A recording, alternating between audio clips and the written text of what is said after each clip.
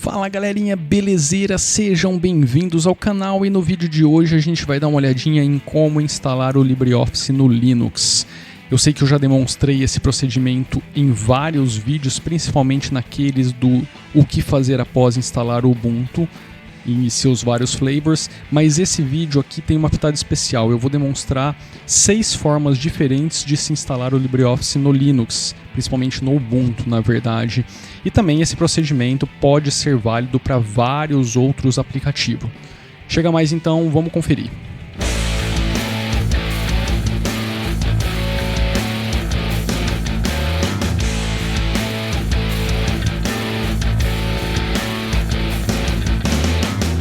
Então vamos lá galera, o vídeo de hoje tem o intuito de ensinar como se instalar um aplicativo no Linux, na verdade demonstrar quais são as várias formas, as várias alternativas para se instalar um aplicativo no Linux. E eu optei pelo LibreOffice porque eu acredito que é o mais completo, eu acho que ele abrange todas as alternativas possíveis de instalação no Linux. Se ele não abranger todas, se eu estiver esquecendo de alguma, talvez ela não seja nem tanto relevante. Mas eu acho que aqui dá para demonstrar muita coisa. Beleza? E é um software também bem conhecido, que as pessoas conseguem se identificar tranquilamente. Eu estou aqui no site do aplicativo, tá? A primeira alternativa, principalmente para quem está vindo do ecossistema do Windows e até mesmo do Mac, seria entrar no site do projeto e baixar o executável referente à sua plataforma. Como a gente está falando de Ubuntu, a gente teria então o .deb para ser instalado. Vamos dar uma olhadinha aqui no LibreOffice novo. Eu tenho aqui então o 6.1.2. Eu posso escolher a minha plataforma, que seria aqui, no caso, o Ubuntu. Então eu pegaria o .deb. Esse .deb, para quem ainda não entende, seria basicamente a mesma coisa que o .exe no Windows, tá? Baixando esse arquivinho, eu posso executá-lo no sistema e ele automaticamente vai abrir a central de aplicativos ou então o software que trata da instalação do seu sistema, te pedirá a senha e aí você prossegue com a instalação. Qual que é a vantagem desse formato?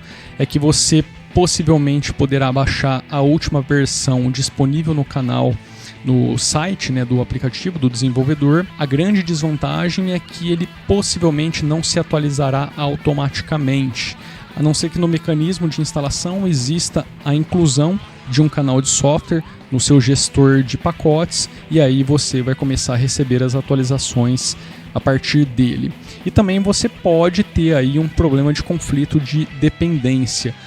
Nem sempre a última versão disponível no site pode ser compatível com a versão do seu sistema, porque aqui ele pode estar utilizando uma biblioteca que não está disponível na versão do seu sistema, ou porque ela está muito mais atualizada, ou porque ela está defasada, tá ok? Então essa é uma das alternativas e em alguns casos ela pode ser talvez a mais complicada, por incrível que pareça. A segunda alternativa, que seria a mais convencional, vamos colocar assim, entre aspas, a forma correta, principalmente para aquele usuário que está entrando no ecossistema Linux agora, seria abrir a loja de aplicativos. Eu estou utilizando o KDE Neon e aqui no meu KDE eu tenho o Discover como loja de aplicativos. Se você tiver no Ubuntu, você vai ter o Ubuntu Software. Se estiver utilizando o Mint, vai ter lá o Mint Software, eu não sei qual que é o nome, mas todas as distribuições hoje praticamente possuem uma central de aplicativos. E por aqui você consegue fazer a busca e a instalação do software que faz parte do repositório daquela distro. E aí nesse caso específico você pode ter também uma grande diferença de disponibilidade de aplicativo de uma distribuição para outra. O Ubuntu é uma das distros mais populares, a grande maioria dos aplicativos é disponibilizado para ele primeiro, mas por exemplo, se você estivesse utilizando o Arch Linux, você teria o AUR, que é um repositório mantido pela comunidade e a galera se incumbe de colocar ali todos os aplicativos disponíveis praticamente em todo o ecossistema Linux. Então quem utiliza o Arch acaba tendo até uma facilidade nesse ponto de instalação, porque está tudo praticamente disponível por ali. Mas nem toda distro tem essa possibilidade. Então eu estou aqui na minha loja de aplicativos, se eu digitar LibreOffice e der um Enter, ele vai buscar aqui todos os pacotes e aí basta eu fazer a instalação dos pacotes referentes ao LibreOffice e é só utilizar no sistema. Esse procedimento também poderia ser feito via terminal. Se eu digitar aqui, por exemplo, um sudo apt install LibreOffice, ele vai me pedir a senha. Eu acho que eu errei a senha, sim. E aí ele vai me dar a relação de pacotes que será instalado. Qual que é o problema com esse tipo de instalação aqui? Para algumas pessoas, tá? Para outras isso não é um problema em hipótese alguma. Aliás, tem muita gente que nem se atenta a isso e não faz absolutamente nenhuma diferença. A pessoa vai utilizar o software feliz e contente, sem problema nenhum. Mas para muitas pessoas que querem os softwares sempre mais atualizados, recebendo aprimoramentos que pelo canal de software oficial da distro talvez isso não aconteça, essa forma acaba sendo um pouquinho ruim. Eu vou demonstrar o porquê. Deixa eu ver aqui se no meu Discover eu tenho a versão do software disponível. Vamos dar uma olhadinha, sim. Eu tenho aqui a versão disponibilizada no canal de software do Ubuntu é a 6.0.6. Tá? E aí a gente vai ter provavelmente variantes em cima aqui da 6.0 alguma coisa. Ele deve chegar na 6.1, possivelmente lá na frente, tá? Mas em algum momento talvez essas atualizações acabem estagnadas. E aí você talvez só receba alguns updates de segurança. A gente poderia visualizar isso também pelo terminal. Se eu der um apt list LibreOffice, eu conseguiria também ver aqui a versão, tá vendo, 6.06, que é a disponível no canal de software da Canonical.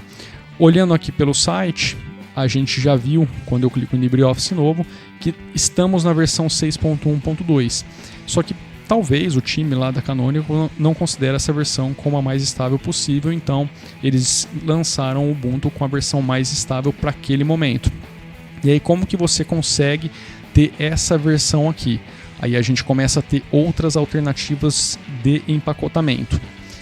A primeira delas, já que eu estou aqui no terminal, né, fazendo a listagem, seria a adição de um PPA, de um canal de software que vai apontar para os últimos pacotes publicados aí pelos mantenedores desse canal de software.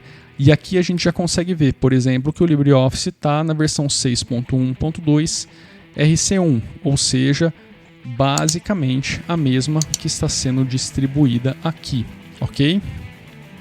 E com o canal de software, a vantagem é que todas as atualizações que forem publicadas para o LibreOffice serão automaticamente publicadas para sua distro. A desvantagem é que, no caso do LibreOffice, esse canal é conhecido, então assim, as pessoas podem confiar nele. Só que isso não é uma verdade para todos os aplicativos. Você não pode sair adicionando PPA ou canal de software na sua distro, porque isso pode sim quebrar alguma coisa, inclusive o gestor de pacote, assim, tem várias coisas que podem acontecer, porque quando você ativa esse carinha aqui na sua distro, você está assumindo que todos os pacotes que forem colocados aqui para serem atualizados no seu sistema podem ser instalados e atualizados, e aí se alguma biblioteca que os caras colocarem aqui sobrescrever algo no seu sistema que está sendo utilizado por outros aplicativos, aí já viu o tamanho do problema. Né? Então, isso daqui tem que ser utilizado com muita moderação e os outros tipos de empacotamento estão vindo para substituir esse modelo aqui que não é tão seguro e não é tão recomendado. Então, assim, eu diria que dá para usar o PPA, sim, tá? Eu utilizo para algumas coisas, pouquíssimas coisas hoje, talvez 1 ou 2 softwares. Eu estava utilizando até então para o LibreOffice também, nunca tive problema nesses últimos, sei lá, 6 anos, não sei há quanto tempo, eu acho que eu estou utilizando desde 2014 o PPA do LibreOffice. Eu nunca tive problema. Aliás, já tive problema com instabilidade de software, porque esse canal aqui, ele também não te promete a versão mais estável possível, tá? Enquanto que se você faz a instalação via loja de aplicativos, aquilo que está sendo disponibilizado para você, teoricamente, é a versão mais estável possível para rodar naquela versão do seu sistema. Tá? Então você também tem que ter essa consideração, tem que saber que geralmente o que está sendo disponibilizado aqui pode ser uma versão beta, ou então uma versão que não está tão estável assim do aplicativo que você está instalando.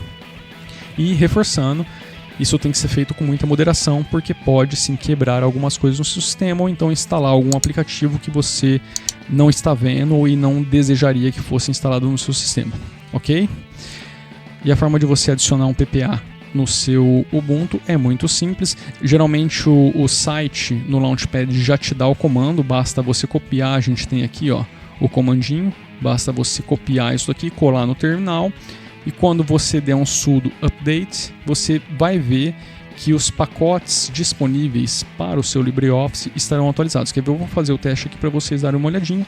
Eu estou com o terminal aberto, lembrando que aqui na minha central de aplicativos, sem fazer a adição daquele PPA, eu tenho a versão 6.0.6. Eu vou fechar a minha central de aplicativos, vou adicionar o canal de software do LibreOffice, vou dar um update. Ele, na verdade, no Ubuntu 18.04 esse update já é automático, você não precisa dar o sudo apt update. Automaticamente, depois que o canal de software é adicionado, ele já faz isso, que é o que está acontecendo aqui, tá? E agora eu vou dar um list por aqui mesmo, mas eu vou abrir também a central de aplicativos para vocês darem uma olhadinha. Então, apt list LibreOffice, a gente tem agora a versão 6.1.2 RC1, tá ok? Se eu abrir aqui o meu Discover e buscar pelo LibreOffice, a gente vai ver que a versão disponível agora para instalação não é mais a 6.0.6 e sim a 6.1.2. Vamos lá. LibreOffice. Tá aqui, vou pegar o mesmo writer. Ele vai me puxar a versão 6.1.2. Tá ok? Então é assim que o canal de software funciona. Se você tiver um pouquinho mais de curiosidade, vamos dar uma olhadinha aonde que isso foi adicionado. Se eu der um ls /etc apt sources.list.d, o LibreOffice está aqui, ó. O canal de software foi adicionado aqui dentro, tá ok? Ele cria, quando a gente dá esse comandinho, o sistema cria um arquivinho .list com o apontamento do repositório. Então tá aí, essa é a forma de você fazer via PPA. Agora a gente vai cair nos outros empacotamentos que são os mais novos e que eu particularmente venho recomendando gradualmente para a grande maioria dos usuários. Eu vou voltar aqui no site do próprio LibreOffice porque eles mesmos já têm esses formatos disponíveis no site. Então vamos dar uma olhadinha. A gente clicando aqui embaixo já, nós temos os snaps, os app images e os flatpaks. Vamos falar um pouquinho sobre o app image, como que isso funciona. Esse formato, ele basicamente é algo muito similar ao DMG da Apple. Você não precisa fazer a instalação de absolutamente nada. Você vai baixar um arquivo .appimage, vai executar. No máximo, ele vai perguntar para você se deseja fazer a integração com o sistema. Ele vai criar um iconezinho no lançador de aplicativos e vai apontar para esse app image para que você não tenha que abrir a pasta toda hora para ir lá e clicar e executar o arquivo. Então, alguns app images já têm esse mecanismo de integração. E é isso que ele vai fazer, tá? Ele vai fazer essa integração com o sistema, mas ele não vai instalar absolutamente nada no seu computador. Tudo que você vai executar está dentro desse app image. Se você apagar o app image, é como se você tivesse desinstalado o aplicativo do seu sistema. É assim que funciona. É simples assim, não tem 9 horas, não tem absolutamente nenhuma complexidade. Só que alguns pontos negativos são que, por exemplo, você teria que saber se a fonte que você está baixando isso é confiável. Tá? A gente tem ali também, na verdade, todos os canais de software acabam te apresentando esse tipo de ponto negativo, a não ser que, por exemplo, você utilize ali o Snapcraft ou então o FlatHub, que já começa a ter uma curadoria, tá? E você começa a ter uma sinalização do que é confiável para ser instalado e o que não é. Do contrário, você vai ter que ter pelo menos uma ideia de que aquela fonte é confiável para você executar aquilo no seu sistema, tá ok? E também a gente pode esbarrar em problemas com atualização. Nem todo AppImage vai te oferecer atualização automática. Talvez você tenha que entrar no site do desenvolvedor e baixar uma nova versão do aplicativo para sobrescrever aquela. Eu particularmente não gosto desse tipo de coisa, apesar de eu achar o AppImage bem interessante. Eu utilizo ele também. Por exemplo, o Etcher, se você não conhece, é um aplicativo de escrita, de criação, né, de live media, de pendrive bootável. Eu gosto de utilizar o Etcher, ele é um AppImage, é um aplicativo Electron empacotado num AppImage. Eu não preciso baixar nenhuma biblioteca para utilizar aquilo ali, executa direto no arquivinho. É um pouquinho mais lento, mas nesse caso também por conta de ser um aplicativo Electron, mas toda atualização do Etcher me joga para o site onde eu tenho que fazer o download, descompactar o arquivo e colocar na pasta novamente, entendeu? Então assim, existe esse inconveniente até onde eu sei. Agora também eu não vou afirmar com 100% de certeza, mas existem alguns aplicativos AppImages que já oferecem o update dentro do aplicativo. Tá? Ele vai fazer o download e vai pedir para você encerrar e vai reabrir já com a nova versão. Então assim, isso é possível, eu acho que isso existe. Eu só não sei como que está sendo implementado, se as pessoas estão distribuindo dessa forma ou não. Tá ok? Então fica aí. Geralmente o AppImage também é um pouco mais indicado para aquela pessoa que quer testar algo sem instalar. O KDE Live também é oferecido dessa forma, você consegue entrar lá e baixar e testar, você não precisa habilitar nenhuma função no seu sistema. O AppImage ele é distro agnostic, né? Ele vai rodar em qualquer distribuição, independente se você entrar no Ubuntu, no Arch, no Fedora, qualquer uma, basta que você, se o arquivo não tiver com a permissão de execução, basta que você dê a permissão de execução e boa, ele vai funcionar.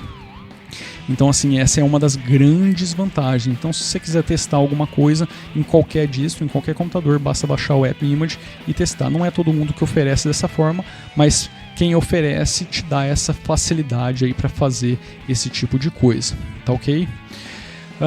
Então vamos lá, aqui embaixo já, agora a gente tem os snaps, que é o empacotamento criado pela Canonical, e temos também o Flatpak, que está mais ligado aí, está mais próximo, né, mais ligado com o time do GNOME, mas também já está sendo adotado por várias distribuições, inclusive Ubuntu Based, por exemplo, como o Linux Mint. Vamos falar um pouquinho do Snap primeiro. Se eu clicar aqui, ele vai me dar o comando de como instalar o Snap. A vantagem do Snap é que você só precisa do daemon rodando no seu computador. E praticamente, pelo menos os flavors do Ubuntu, todos já tem o Snapd rodando na distribuição. Tá? E aí você também não tem o problema da versão da distro. Você pode estar rodando o Ubuntu 16.04, você pode estar rodando o Ubuntu 14.04, você pode estar rodando o 18.04, em todos eles você vai ter a mesma experiência, basta que você tenha o Snapd rodando. Se você não tiver, o comando é muito simples para instalar o Snapd, basta dar um sudo apt install Snapd, só isso, tá? Isso daqui é a base para você poder instalar aplicativos Snap. Sem o Snapd você não consegue instalar. Os gestores de aplicativo, tanto do Ubuntu quanto do Plasma, agora nas últimas versões, já estão também com integração aos snaps, então você consegue fazer a instalação via interface gráfica. Pode até escolher se você quer a versão estável do sistema, se você quer a versão instável e tudo mais. A vantagem desse carinha é que você começa a ter isolamento, tá? E confinamento de aplicação, de funcionalidades. Isso ainda está engatinhando, tá? Não dá para dizer que todos os snaps que você instalar no seu sistema, assim como os Flatpaks, vão te dar 100% de segurança, que o aplicativo não vai acessar nada no seu sistema. Isso não é uma verdade. Até porque os aplicativos precisam ter acesso a vários recursos do seu sistema para poder funcionar. Por exemplo, não adianta você confinar o aplicativo, não deixar que ele tenha acesso à sua base de diretórios, sendo que você precisa editar documentos e esses documentos estão na sua base de diretórios. Como que ele vai ler e escrever esses arquivos? Então assim, são várias particularidades de vários aplicativos e as coisas ainda estão sendo aprimoradas, são empacotamentos muito novos que tem recebido melhorias constantes. A gente encontra na internet críticas absurdas de algumas pessoas, mas eu acho que assim, são pessoas que ainda não entenderam que esse tipo de empacotamento, primeiro que veio para ficar, não acredito que isso vá mudar, eu só acredito que a tendência é que eles se tornem cada vez mais o padrão. A diferença é que são empacotamentos relativamente novos e eles estão amadurecendo e as coisas estão sendo aprimoradas à medida que as pessoas vão utilizando e os desenvolvedores vão entendendo a diversidade de cenário que existe por aí. Então assim, o Snap hoje tem sido uma das minhas preferências para instalação de pacotes. Eu tenho, até no meu último O que fazer após a instalação do KDE Neon, eu deixei uma nota sobre o LibreOffice que eu não sabia como que estava funcionando. E eu consegui fazer o upgrade da minha máquina principal, né, do meu computador diário de trabalho, e nele o LibreOffice também já foi para os snaps. Então ali eu já estou com o GIMP no Snap, eu estou com o LibreOffice no Snap. Todos os aplicativos que eu utilizo que estão disponíveis via Snap, até o Telegram, apesar do Telegram estar com um bugzinho de acento, eu estou utilizando via Snap. Assim mesmo, eu sempre dou uma olhadinha no site, tá, no Snapcraft, porque agora a Canonical implementou um sistema de curadoria. Todos os aplicativos que possuem essa marcaçãozinha aqui, esse símbolo, significa que foram de desenvolvedores verified, ou seja, esses caras têm um nível de confiança mais elevado e aí você pode ficar mais tranquilo. Não é todo o pacote que também tem esse selinho de verified, e aí você tem que também ficar um pouquinho mais esperto e não sair instalando qualquer coisa que você vai vendo aí também de qualquer desenvolvedor. É claro que os snaps, tanto os snaps quanto os flatpaks, eles te dão uma segurança um pouco maior em relação aos aplicativos que você está instalando e também a exposição do seu sistema a eles, tá? Mas estamos falando de software, não existe perfeição em software, então a gente tem que ficar um pouquinho esperto, tá ok? Se você estiver utilizando o Ubuntu, por exemplo, a integração dos snaps e dos flatpaks via Ubuntu Software tá bem bacana. Você pode fazer isso tudo via central de aplicativos. Aqui no KDE Neon nós temos em settings a opção de fazer essa integração também dos backends, tá ok? A gente pode deixar a central de aplicativos do KDE também entender que você quer instalar um Snap e ela toma a frente da coisa. Mas o comando também para instalação é muito simples. Se você entrar no Snapcraft e clicar em Install, você vai receber aqui, ó, sudo apt install LibreOffice, assim como no próprio site do LibreOffice ele está te informando, tá ok? É muito, muito simples mesmo. E a execução é exatamente a mesma, a diferença é que com os snaps ainda, infelizmente, o tempo de abertura da primeira execução está muito elevado. Tá? Então não estranhe, não é seu computador. Sempre que você for abrir o aplicativo depois da instalação pela primeira vez, ou então depois que ele atualizar, porque o daemon do Snap fica rodando em plano de fundo sempre, tá ok?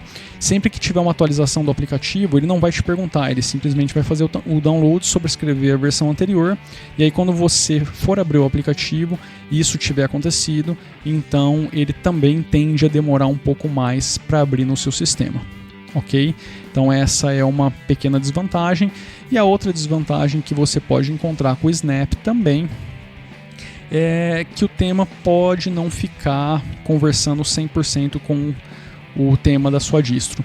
Aqui no KDE Neon eu não tenho visto mais problemas com isso. Eu tive um problemão nesse sentido com o GIMP e eu não tenho visto mais esse tipo de problema. As coisas estão muito fluidas, eu tenho vários navegadores instalados também para testar, o Chromium por ali, o Opera por ali. Então assim, as coisas estão funcionando muito bem, só que tem esse pequeno inconveniente aí da demora no primeiro arranque, tá ok? Por último, a gente tem os Flatpaks.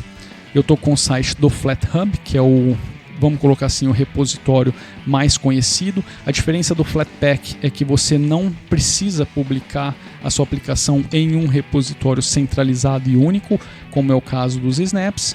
Aqui as distros podem criar seus próprios repositórios de Flatpaks e mantê-los, tá ok?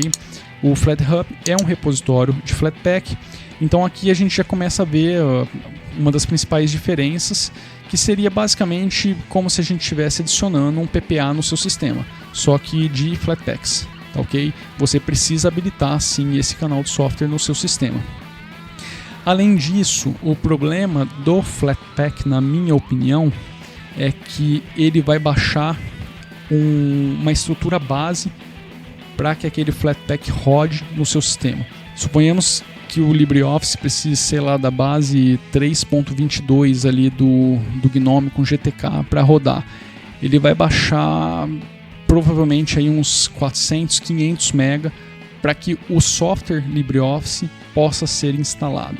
Tá? É claro que isso que você está baixando é compartilhado com outros aplicativos. Você não vai ficar baixando isso para todo aplicativo que você vai instalar via Flatpak. A não ser que, por exemplo, um aplicativo precise de uma base e outro aplicativo precise de outra. Aí você vai começar a acumular uma quantidade um pouco elevada aí de armazenamento no seu disco. Mas a tendência é que isso seja compartilhado entre os aplicativos. Tá? E uma outra grande diferença do Flatpak para o Snap é que ele tende a ser um pouco mais rápido, um pouco mais responsivo, principalmente no seu arranque, tá ok? A integração do Flatpak com o desktop também tende a ser um pouquinho melhor, apesar dos snaps terem melhorado consideravelmente. Um dos grandes problemas que eu tinha também com o Snap era quando eu ia salvar um arquivo. A estrutura de diretório inicial que ele me mostrava era confusa, entendeu? Como eu já sei como as coisas funcionam ali, para eu chegar onde eu queria era muito simples, mas talvez para uma pessoa que ainda não entenda, aquela estrutura mostrada pode ser um pouquinho confusa. Isso tem recebido melhoras significativas e os últimos aplicativos que eu venho utilizando não estão apresentando aquela estrutura confusa nos snaps. Mas com os Flatpaks, principalmente com o GIMP, que foi o que eu mais testei, eu não tive esse problema e a integração com o sistema na época que eu tinha testado, né? Era muito melhor com o Flatpak do que com o GIMP. O arranque do sistema também, do software com o Flatpak era muito mais rápido do que com o GIMP. Hoje a gente ainda tem essa diferença na demora, o Flatpak sai na frente nesse sentido, só que em contrapartida a quantidade de arquivos de armazenamento que ele utiliza no seu sistema é muito maior do que com o Snap. E o Snap hoje também está resolvendo esses problemas aí de integração. Por exemplo, não tenho o problema de tema, de integração com tema, isso está funcionando perfeitamente, principalmente porque eu utilizo o KDE, eu não utilizo o GNOME, e mesmo no KDE isso está resolvido. E essa parte de estrutura de diretórios mostrada também, pelo menos nos aplicativos que eu estou utilizando, está bem resolvida também, tá ok? Então a gente tem esses formatos disponíveis. Aqui o interessante do FlatHub também, do Flatpak, que se você clicar em Install, tá vendo que ele está me abrindo, tá me pedindo para salvar esse arquivinho aqui. Se eu tiver aqui no meu Discover a integração, o back-end instalado, eu já poderia mandar abrir esse arquivinho com o Discover e aí ele vai cuidar de todo o processo de instalação. Acho que uma analogia bacana para se fazer seria como se você estivesse baixando um arquivo torrent e aí quando você abre ele no gerenciador de torrent, ele vai se incumbir de fazer o download daquilo que você precisa. Tá, ok? Eu acho que essa seria uma analogia bacana de se fazer, só que é claro, você tem que ter o back-end ativado e também você tem que ter esse canal de software já habilitado no seu computador. Se eu não me engano, no Ubuntu 18.10, eu posso estar falando besteira, tá? Se eu tiver, alguém me corrija por aí, porque eu realmente não me recordo agora, eu não tinha me preparado para falar sobre essa questão. Mas se eu não me engano, quando você faz esse tipo de instalação no Ubuntu 18.10, o gerenciador de aplicativos já trata de fazer a inclusão do canal de software para você. Eu acho que é isso, tá? Eu não tenho certeza. Se alguém tiver informação mais detalhada, coloca aí nos comentários do vídeo, beleza? Então é isso, galera. Essas são as principais formas de você instalar aplicativo no Linux. Espero que tenha ficado bem claro. Não dá também para ficar instalando todas aqui, senão esse vídeo ia ficar absurdamente grande. Eu ia ter que ficar instalando e desinstalando coisas nesse sistema. Acho que não é esse o objetivo. A ideia é mostrar que existem todas essas alternativas e que todas elas são bem simples de serem instaladas, tá? Hoje é muito fácil instalar aplicativo no Linux. Aliás, se você quiser, ainda você tem uma outra alternativa que é baixar o código-fonte, compilar e executar. A gente tem ainda aplicativo que é oferecido assim, principalmente porque alguns desenvolvedores utilizam o empacotamento como uma forma de ganhar alguma coisa por aquilo que ele está te entregando de graça. Tá? Por exemplo, o Ardor faz isso. Você pode baixar o fonte, compilar e boa. Só que se você quiser contribuir com qualquer coisa que seja, eles te entregam um arquivo compilado, basta que você execute, ele faz todo o processo de instalação. Então a gente tem essa alternativa também. Eu particularmente, como eu comentei, tenho dado preferência para o Snap. Hoje é o meu sistema de empacotamento. Eu não sei se eu diria preferido, mas é o empacotamento que tem me agradado mais.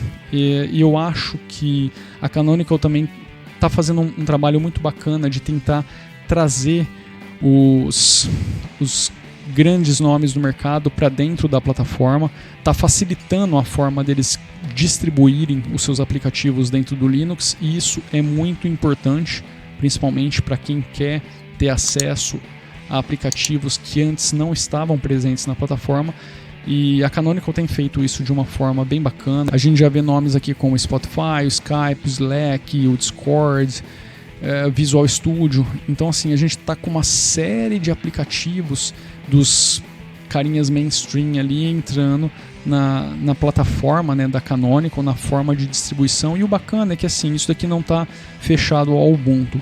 Em qualquer distro hoje é possível de você instalar os snaps, desde que você faça aquilo que eu comentei, instale o Snapd.